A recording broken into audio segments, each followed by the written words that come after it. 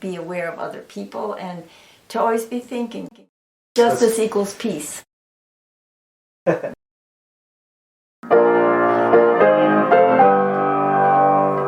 So, well, those are those 4 compositions, and I still have another one that needs to get done, but I probably won't do it.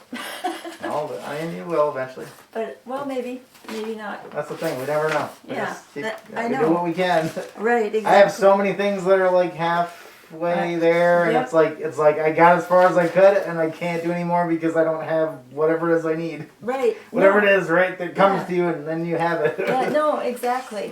It's so weird.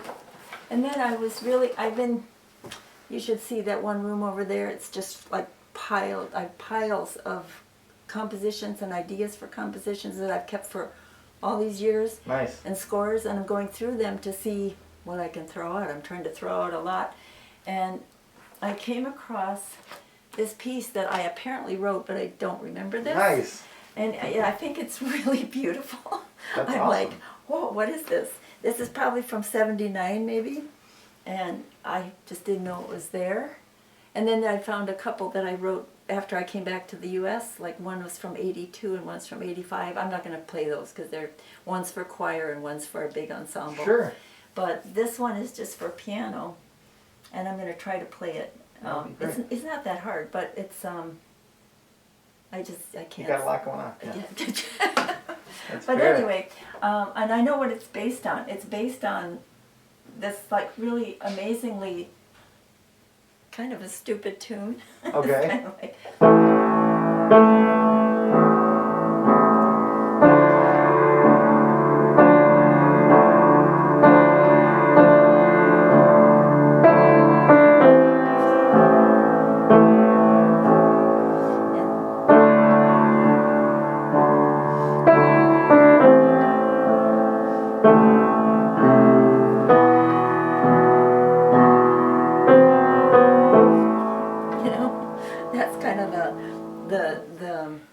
the frame of the house, yeah. Oh.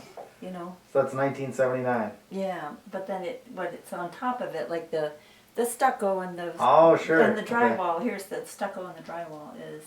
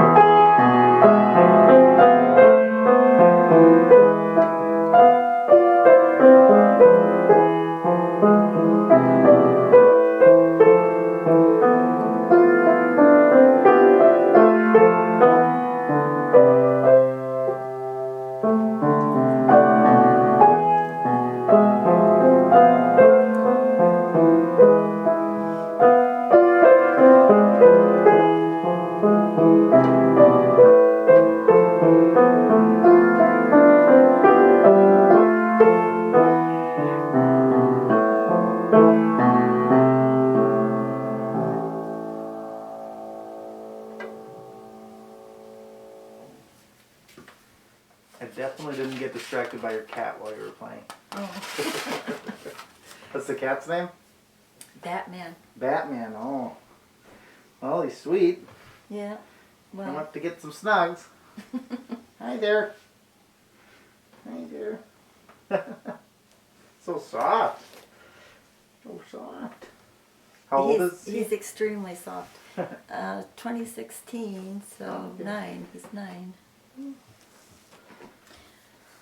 Yeah, he's king of the mountain. Oh, absolutely. Of course. You're in charge around here. You're in charge around here. Oh, that piece sounds very Spanish, don't you think? Yeah. Well, I wrote it in Spain. 'Cause That would that's explain it when then. I was there. So yeah. what year was this one, did we say? 79. Oh, oh yeah, because that's a later part of that same piece from 79. Okay, so.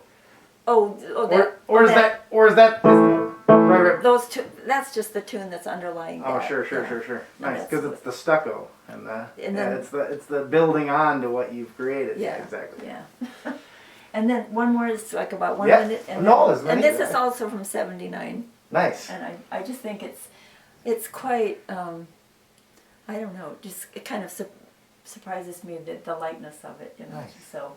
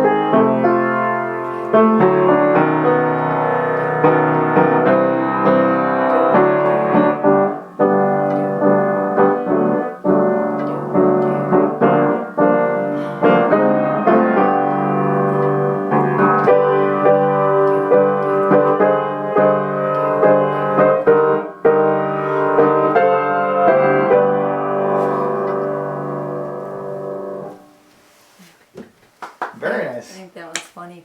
Yeah, It's that's- just, I mean, it's really fun, yeah, when you find things that you created that you don't even remember you created. yeah. It happens to all creators at times, but it's kind of Yeah. weird, isn't it? Like, Yeah. where did this come from? Yeah, it is weird. So, but anyway, I'm pleased. And now that you've found it and you played and stuff, any bells getting rung, or it's still a completely... are you remembering anything about creating this since Oh. you found? No, it's No. still just out. You're like, yeah, I know, it's Yeah. right. Yeah. Well, that's cool that you can create that stuff. Yeah. No, I'm sure this is mine though. This is all my handwriting in it. So. When you were talking about college before, I'm like, some of the stuff I wrote when I was in college, I'm like, I knew that? What did I knew it, I don't even remember any of that. Yeah. The thing Okay. is, in a way, we know everything already from like age 7, I think. A lot of That's it. why they call it the age of reason. Right. But then we keep we keep going back to it all the time. You know. Have you seen that Up series? The Up series? It follows some kids from when they're 7, kind of from different classes, and then it ends up following them like almost their whole lives every 7 years. Oh, I've heard of that, but It's quite an odd thing, because their idea was that you could give the basis of it was give me the child when they're 7 and I'll show you the man or whatever. Oh yeah. And so the idea was that they're this child when they're 7, like you can already see like where they're going. Yeah. But like in a certain way you can, but maybe not quite as in like a very like determinist way, like they were thinking about the way the classes, like the people that were in the that were really poor, they would still be really poor, and the people that were like middle class would be middle class, and like the rich people would be rich. Well, generally that kind of happened, but not exactly all the way you would think, Yeah. One of the poor guys did quite a lot better than you'd think, and a couple of the rich people didn't quite do what you'd think, and it's just like they kind of end up going, and then some of them drift out of the show, and then they end up coming back to it. It's so interesting to see. One of them leaves like after a couple times, and he's like never comes back, and he actually makes movies himself. Oh. One of the people who never appeared in it makes BBC documentaries or something, but he Yeah. doesn't want to be in this. So it's interesting to see how I don't know. Did you, when I'm gonna head out pretty soon, but I just wanted to, like, my last thing was just when you, in your chapter on, social justice and peace and like No, this. justice equals peace. Justice equals Yeah, peace. 'cause Yes. if there's justice, there will probably be peace. Exactly, Yeah. but not the other way around. So. Exactly, because there's peace through strength, which we Yeah. know what that is. Yeah. So, well, I mean, you ask a lot of questions at the beginning of that, like about where are we going? What are we doing? How can we build something Yeah. better if we even can? Yeah. Have you come to any thoughts on that? Any possibilities? I don't, not Well, obviously you don't do definitives, but Yeah, have well, you? the only thing I put in there is that and this will never happen, but Hey, it but can't happen unless you. I think if everybody was trained from infancy to be aware of other people and to always be thinking, like with every person that you encounter, to the extent that you're able, you care about if they're doing okay, if they're safe, if they're, Ricardo Levins Morales, he always talks about safety, like that's like the bottom line, like everybody needs to be safe. Right. I always call it just being okay, because that would be, you would be safe, but then you have food, you have company, you have education, you're okay. Right. So I think everybody would be a lot more okay if there was that awareness, like just in general, like in the culture, whatever culture, like to be thinking about, are they doing okay? Are they doing okay? And is there anything I can do about it? Right. So. Oh, that's a good idea. My wife and I were I don't know. I don't exactly know how we came to this calculation, but we were going through some things, and we decided that like 1 out of 7 people has to be some kind of like a social worker or like or in some capacity within like the community. Oh, like yeah. to that's like tasked with specifically doing some of those things. Oh, yeah, like yeah. like I don't know. Pick somebody who's good at it. Yeah, well, and if everybody were, everybody were aware of that, Exactly, they would know right. that they would know these people existed, that they Exactly. would know what to do. Exactly. Because you don't always know what to do, and it's not like every single person you meet you can take care of. Exactly. You're not going to do that, but you have to be attentive to what comes into your path. I think that's really important. And maybe a lot of people that come around you can kind of take care of in a way, even if it's not like too involved. But Yeah, it's not like you're being, gonna. like you said, just being like helpful and kind and respectful and understanding and all these other things that we can be if we. Yeah, respect is really essential, to respect every soul that you encounter. I think so. I think that's a good idea, and I think generally, at least in everyday interactions, if you're generally like respectful to other people, they're usually like mostly respectful to you. Yeah. Most of the time, except for those occasions where people are having a real difficult time. A lot of times. Yeah. Right. Yeah, they're just in their own space. Totally. Yeah. I think that if everybody were a pacifist, if everybody believed in nonviolence, it would be completely different. And nonviolence is, as being a Mennonite, I grew up sort of thinking nonviolence meant, well, you don't go to war. Right. That's all that is. You just don't go to war. But what about like all these other things? And Right. so that's kind of what all my life have kind of tried to fill in. All that other part of like, how do you be nonviolent in the conversation, Right. like, and how do you be nonviolent in financial matters where, where how do you negotiate, or how do you seek justice in a nonviolent way, Right. and just, all those different things, and how do you grow food and distribute food in an equitable, nonviolent, Right. So it's on many, many levels, nonviolence. Right. And I worked with AVP for a while, Alternatives to Violence Project. Okay. And it addresses violence, personal violence that you have, in your own self, but it also addresses violence in society. So you work at it from all different angles. And these are like really intensive workshops. They're like all weekend, like 22 hours. Oh, okay. And I think it's just a fabulous program. It's grueling, and I don't have the the stamina to do them anymore. You know, even the short ones. Like I used to go to Sherburne County just for a day for 5 hours. And what exactly did they do during those? Like, what kind of things were you doing? There's a whole series of exercises that have been developed over the years. Sure. And it was started by a group of inmates in a prison in New York. Okay. And they had Quakers coming to visit them all the time. Right. Speaking of the Quakers, back to the Quakers. Right. And they said, well, these guys kind of know something about, you know, justice and how to have a good life and all that. Right. And so they wanted to create good lives for themselves, you know, when they got out. And so they started developing all these exercises. They're very interesting. There's a part that has to do with affirmation, and there's a part that has to do with building community, and I don't know what the other, there's a three part. And the exercises are pretty fascinating too. And it's all experiential. It's not like somebody lecturing to you. Sure. You know, you don't take notes. You just Right. do stuff and see how you react. And then you sort of work on your reactions and what is that all about. And, you know, and there's no judgment. You know, it's very open. Sure. So that's how I've tried to work on. And parenting. Sometimes people take those workshops for parenting. That's what I did it for. Oh, sure. Helped me a lot. Nice. I think I was a better parent after that. Yeah. When I was at Socialism 2020, what year is it now? Was it 2024, I think?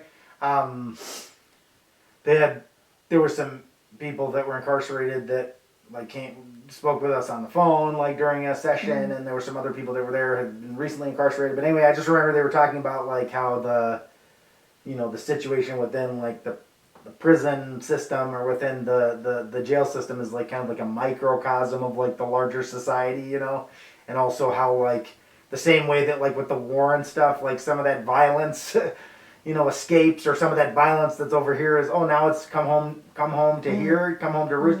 The same thing, you know, all the violence and oppression and surveillance and things that you see, you know, at this certain level in the jail it's coming. Like we're all getting that surveillance eventually once it's, you know, readily available. And so all that stuff is coming down the pipe to some extent or another. And there's some, you know, it's kind of distilling our general violent society down to like some of its most violent elements within the prison system. And I don't know, that's how they viewed it. That's kind of what they were.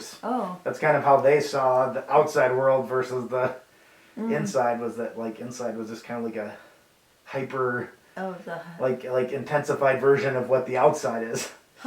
So I was like, okay, that's interesting to look at it that way, and I'm still kind of thinking about that while I go through my everyday life. And I think we might be seeing more of that in the near future, unfortunately. Well, you know, I've been going to... Or attempts at it. Yeah, I've been going to... Tuesday nights I've been going to what's called Courage School. There's a huge North American organization now called Mennonite Action. Okay. And they started out by walking 117 miles or whatever it was to protest what's going on in Gaza. Okay, nice. And that was in 2024. And now it's just... North America is like... It's everywhere among the Mennonites. That's good. And so they do this thing called Courage School, and we've been talking about what would be a red line moment. What would be a moment where everybody would agree that something needs to there needs to be a massive response. Right. And we have apparently not reached it because there's a lot of people that don't even know what's happening. Well, and first, like you said, you kind of have to identify what that is, and with other people, too, because it's not enough to just think it yourself. Yeah, right. You have to find out that other people agree with you on that, otherwise there can't be a mass moment of whatever. Exactly. So that's why I'm working on my little letter that I'm going to send out to the whole neighborhood about my 3 biggest complaints among many, many others. But Gaza, immigrants, the detention centers, and the kidnapping, and the fact that there is no path to citizenship, and has never been, that whole thing. And then the other thing is the big beautiful bill and how it's going to help like a really small portion of the people in a very small way. Right. And that's about it. Yeah. And the rest is just going to dismantle tons of stuff. Yeah, and then everything else is just destruction, destruction, destruction, destruction, and it's just... But I think a lot of people have no idea. No, it's true. I mean, or they certainly have no idea what to do. There's certainly people that have no idea what's going on, and then there's also a whole other pretty sizable group of people that know what's going on, but they have no idea what to do. And all we can do is bang on pots and pans. Yeah, so we got to start somewhere. Yeah, I mean, exactly. So that's a good phrase. I'm going to add that to it. We got to start somewhere. That's because people say, "Well, why are we doing this?" They don't quite get it, you know. Well, when people say, you know, like protest isn't enough, like to my mind, pretty steady, constant protest should be like the baseline. Yeah. Like already, like some time ago. Yeah. And then on top of that, we should be building all kinds of other stuff. But like pretty regular protests all over the place should be pretty ongoing, and they are. The bridge. Yeah, the bridge. Wednesday afternoon has been since 2000, the year 2000. There's always a war to protest. Exactly. I mean, I've been seeing ragtag groups of folks in different areas on occasion since, you know, Trump has come into office, which is I hadn't seen before. Just on a, you know, at a intersection or something, a group of people that seems to be kind of like they just decided to show up there. So that's something I wasn't seeing before. And, you know, and we've had some of these bigger actions that, you know, where they were able to be out across the time. And I think there's been, you know, that's had some effect on some of the things that, you know, that's the thing. You can never say what you stopped from happening, right? You can never say, oh yeah, I stopped like this terrible thing from happening, because you'll never know, because it didn't happen. That's true, so, But you have to just be ever vigilant. Exactly. You know? And it seems, I always think, you know, since I was the religion editor at Southside Pride for years, and I wrote about churches and what they do. And not just churches, but like my column was called Spirit and Conscience. Oh, nice. So it's like people who rose up from their conscience and did things, you know, to address either evils that were going on or needs that needed to be taken care of, or, you know. And I just always thought, why should it even be necessary that they have to do all this? You know, exactly. It shouldn't even be like that in the first place. You know, I know, like exactly, right? What people are willing to put up with sometimes. Yeah. I'm not a lot of times, or I'm not, you know, for what I can do anyway. Yeah. I'm not, you know. Well, sometimes, you know, I think that now, you know, they're slashing like the EPA and like all these. There's all these different things, or they're getting rid of certain regulations. Yeah. And I always wonder why the people who have been regulated before can't see that that was really necessary. They won't just continue to self-regulate. Well, and I think some do, actually. Some probably will. Yeah, that's what I'm counting on, at least. I mean, if it's already part of their, like, you know, business plan and how they run their business, it might be more complicated to try to go back to doing it the other way. Let's hope, at least in some of those cases. But yeah. Well, I really appreciate all the time that we've spent together, and I don't know, is there anything, you have any other thoughts or questions, concerns, other, you know, I just wish things to shout into the I just universe? wish I could find those two quotes from Ed and from Ricardo. Can I email them to you? Yeah, absolutely. I can put them in there as as little thing. These are the quotes. That would be cool. These are your new mantras, people. Yeah. Well, I don't know if they're from Elaine. I don't know if they're that good, but hey, you gotta start somewhere. If you don't already have a mantra, why not try this? Don't you think? Da da